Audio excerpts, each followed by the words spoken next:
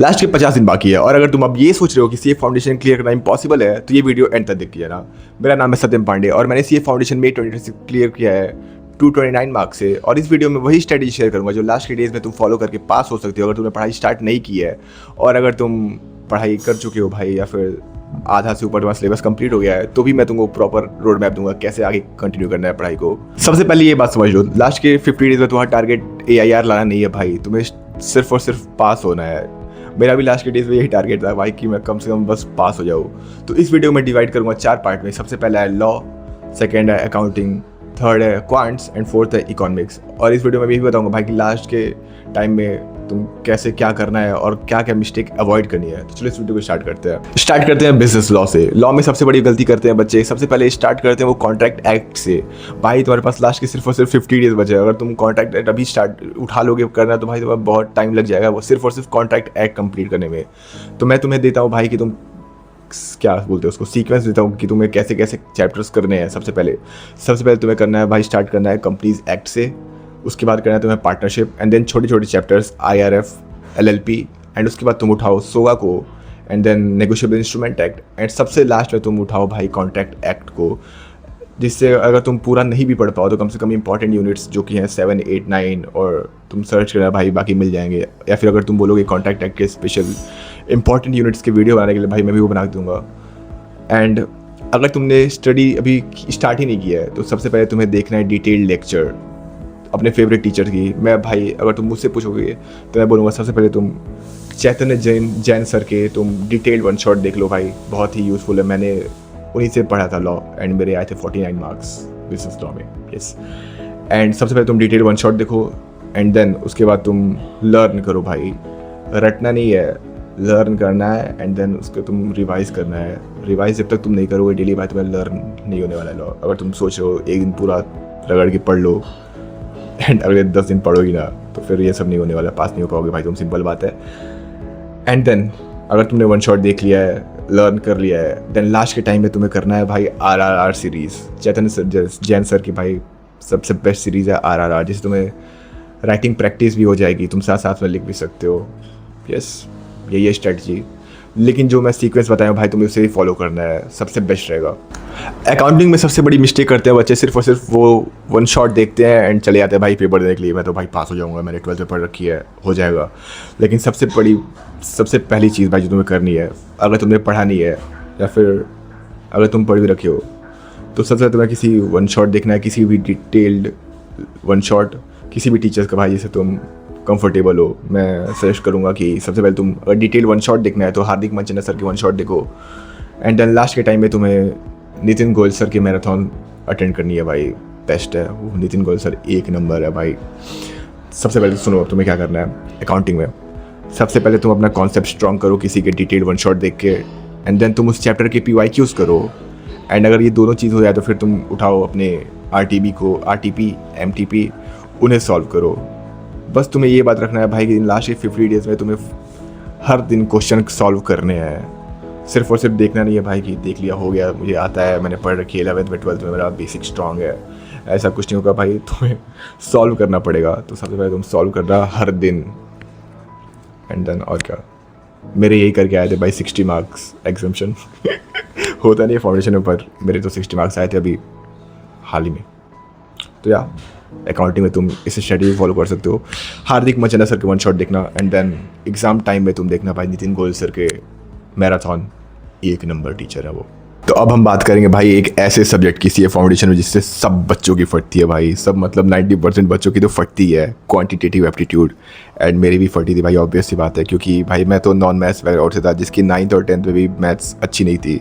मतलब मेरा था कि 9th 10th में भाई मैं कैसे बस पास हो जाऊँ एंड 11th 12th तो छोड़ ही दो, मैं क्या ही पढ़ूंगा भाई। मैं सिर्फ और सिर्फ चाहता था कि मैं कैसे भी 40 मार्क्स आया मेरे सीए फाउंडेशन में भाई, बाकी मैं संभाल लूँगा इधर उधर से। बट मेरे आए थे, आप लोग यकीन नहीं करोगे, 52 मार्क्स, जो कि मेरे लिए भाई बहुत ही बड़ी बात है। एंड अब तुम पूछोगे कैसे, तो सबसे पहले अगर तुम मैथ्स बैकग्राउंड से हो तो भाई तुम्हें दिक्कत ही नहीं है क्वांट्स में, तुम स्किप कर दो इस पार्ट को। एंड अगर तुम नॉन मैथ्स वाले हो तो सुनो भाई, सबसे पहले तुम्हें डिटेल्ड 1 शॉट देखने हैं। मेरी बात मानो भाई, जिस टीचर को मैं बोल रहा हूँ उसको ही फॉलो करना। तुम्हें डिटेल्ड 1 शॉट देखने हैं चाणक्य सीरीज से, अनुराग सर के भाई बेस्ट टीचर। अगर तुम्हारे पास टाइम है तो उनसे सब चैप्टर कर लो भाई। एंड अगर तुम्हारे पास टाइम नहीं है तो जो मैं बोल रहा हूँ वो कर लो। मैथमेटिक्स ऑफ फाइनेंस 8 घंटे की लेक्चर है, इसको तुम भाई कर रहे हो, पूरा पी जाओ घोल के भाई। मेरे 14 में से 14 मार्क्स सही हुए थे सेफ फाउंडेशन में, सिर्फ और सिर्फ अनुराग सर के लेक्चर से भाई। तो सबसे पहले तुम्हें डिटेल वन शॉट देखना है। एंड अगर तुम टाइम नहीं है तो वही क्या बोलते हैं mathematics of finance, then stats के हर चैप्टर के वन शॉट देखना है तुम्हें भाई, कुछ भी स्किप नहीं करना है। एंड देन लॉजिकल रीजनिंग तुम्हें करना है भाई आकाश सर से, आकाश अग्रवाल सर बेस्ट, LR के लिए बेस्ट है भाई। एंड क्या बोलते हैं उसको, स्टैटिस्टिकल डिस्क्रिप्शन ऑफ डेटा, इसका तुम वन शॉट देखना एग्जाम के टाइम में। एंड ये भी तुम देखना उनका ही, क्योंकि भाई बहुत ज़्यादा जो पढ़ाते हैं भाई एग्ज़ाम में तुम्हें मिल जाएंगे 5-6 क्वेश्चन आराम से। मेरे को भी मिल गए थे, मैंने बस उनका PDF पढ़ लिया था भाई आखिरी में, एंड मेरे उससे 5-6 मार्क्स तो एकदम सेम क्वेश्चन आ गए थे। तो यही है, सबसे पहले तुम्हें फॉलो करना है, वन शॉट देखना है। एंड देन तुमने वन शॉट देख लिया है, उसके बाद तुम आकाश अग्रवाल सर के क्विक रिवीजन सीरीज़ को फॉलो करो, सबसे सही है वो भी। उसके बाद एंड देन अगर तुम्हें क्वेश्चन प्रैक्टिस करनी है तो तुम वो क्या बोलते हो उसको, संकट मोचन की जो सबसे रिसेंट प्लेलिस्ट होगी तुम्हारी, उससे क्वेश्चन प्रैक्टिस करो। अगर तुमने इतना कर लिया जितना मैं बोल रहा हूँ तो भाई तो भी तुम आराम से पास हो जाओगे। अगर मैं पास हो सकता हूँ भाई तो तुम भी पास हो जाओगे आराम से, कोई बड़ी बात नहीं है। बात करते हैं भाई इकोनॉमिक्स की, सबसे स्कोरिंग सब्जेक्ट, जिसमें मेरे भी आए थे 68 मार्क्स, और मैंने भाई बहुत कम पढ़ा था इकोनॉमिक्स को। मैंने तो सिर्फ और सिर्फ हवा में ही छोड़ दिया था कि करूँगा 11-12 में पढ़ रखी है, हो जाएगी। बट मैं तुम्हें सजेस्ट करूँगा कि भाई तुम आज से अगर डेली नहीं पढ़ रहे हो तो भाई एक दिन गैप करके पढ़ना स्टार्ट कर दो इकोनॉमिक्स, क्योंकि भाई तुम आराम से, मेरे 68 मार्क्स आ गए थे भाई, बहुत कम पड़ गए, तुम आराम से 80-90 तो ला ही लोगे भाई। सबसे पहले तुम्हें इकोनॉमिक्स में करना क्या है, लव कौशिक सर के भाई डिटेल वन शॉट तुम देखो।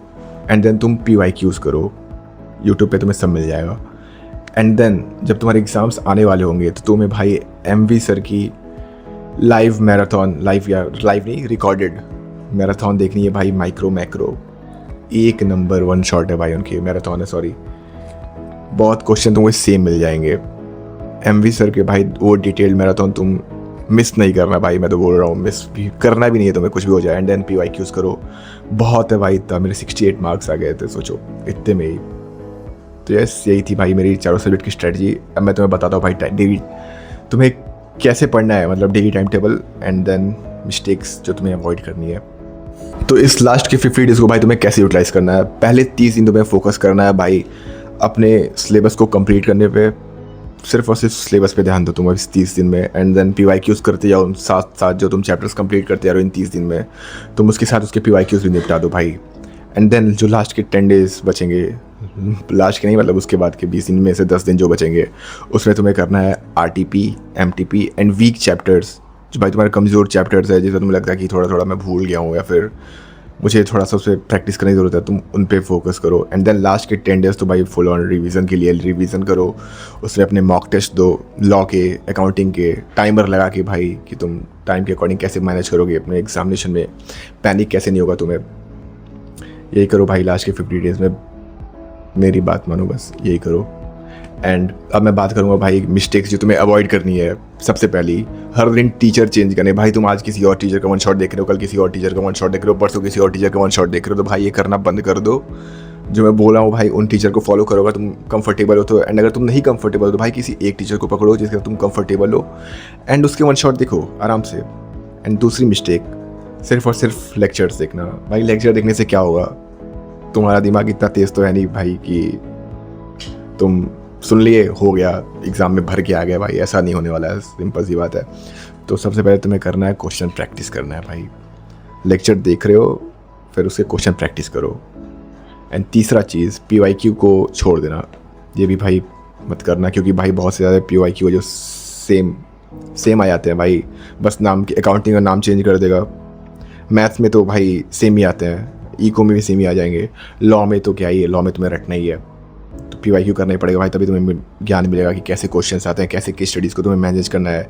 एंड भाई केस स्टडीज़ के लिए अगर तुम चाहते हो मैं डिटेल में दूसरा कोई वीडियो बना दो भाई कि केस स्टडीज़ कैसे करने हैं, तो तुम कमेंट करना भाई, मैं बना दूंगा उसके लिए भी।